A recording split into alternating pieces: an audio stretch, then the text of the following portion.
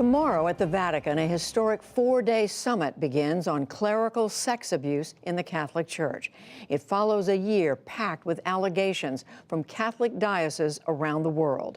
Now, fingers are also pointed squarely at Pope Francis.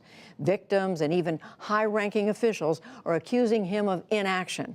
As special correspondent Christopher Livesay reports from Rome, the fallout is already tarnishing the legacy and the credibility of the man many call the People's Pope.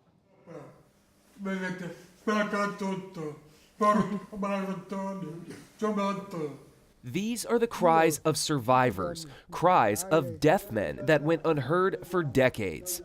I was 6 years old. The priest led me into his room with candy. Then he sodomized me. He raped me with a banana, then told me to take a Coca-Cola. It was in the confessional. He made me undress, then molested me. As children, they attended the Catholic-run Antonio Provolo Institute for the Deaf in Verona, in northern Italy. They're among 67 former students who allege that clergy physically and sexually abused minors there from the 1950s through the 1980s. I cried for help, but everyone was deaf. No one could hear my screams. Nothing ever happened to them. The Pope has never done anything. As a young boy, Gianni Bazzoli alleges that one of his aggressors was not just a cleric, but the late Bishop of Verona, Giuseppe Carraro. This is the same path Gianni Bazzoli remembers walking as a young boy.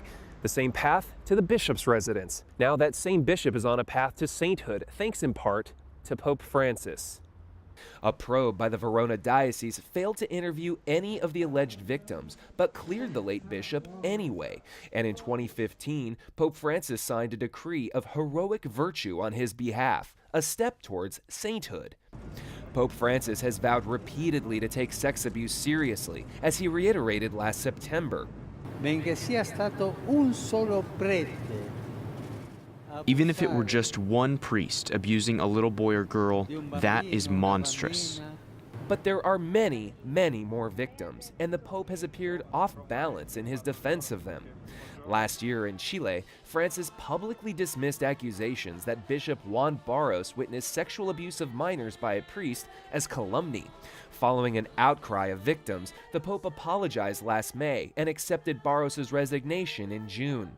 In one explosive case, Francis was accused by an archbishop of ignoring the past sexual misconduct of the former Archbishop of Washington, D.C., Theodore McCarrick.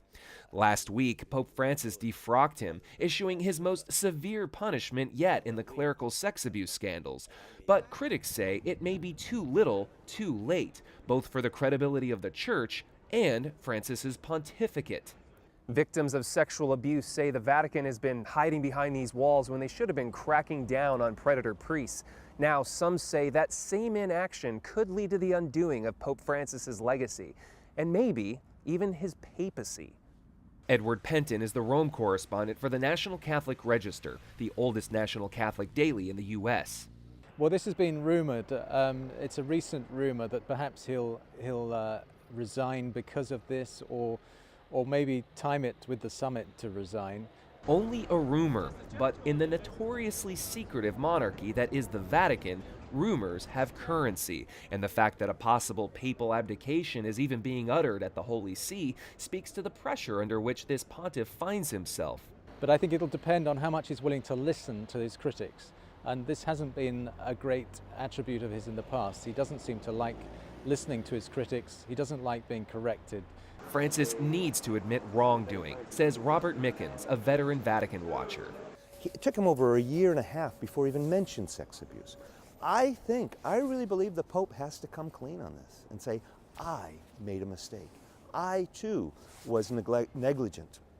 And I think he has a credibility to do that in a convincing way that could help change this. Archbishop Charles Scicluna is the Vatican's former chief sex crimes prosecutor and a key organizer of the conference.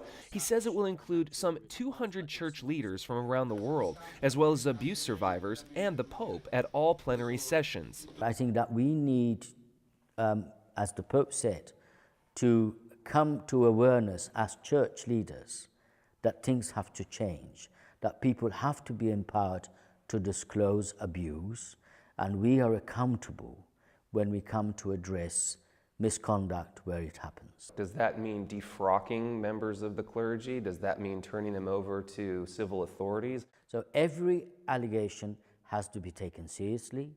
Every allegation has to be investigated.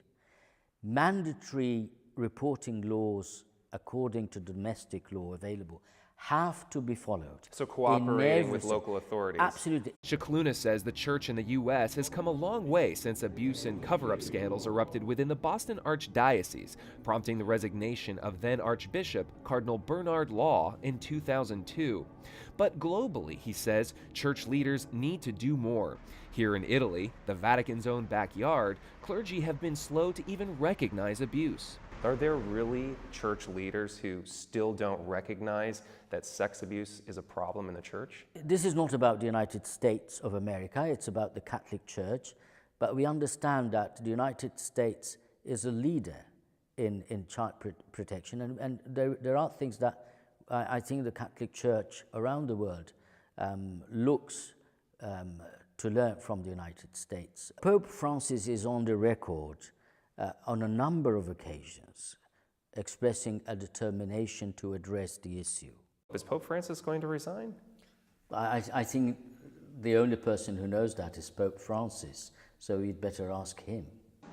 Just this month, Pope Francis acknowledged more instances of abuse in the church, this time against nuns.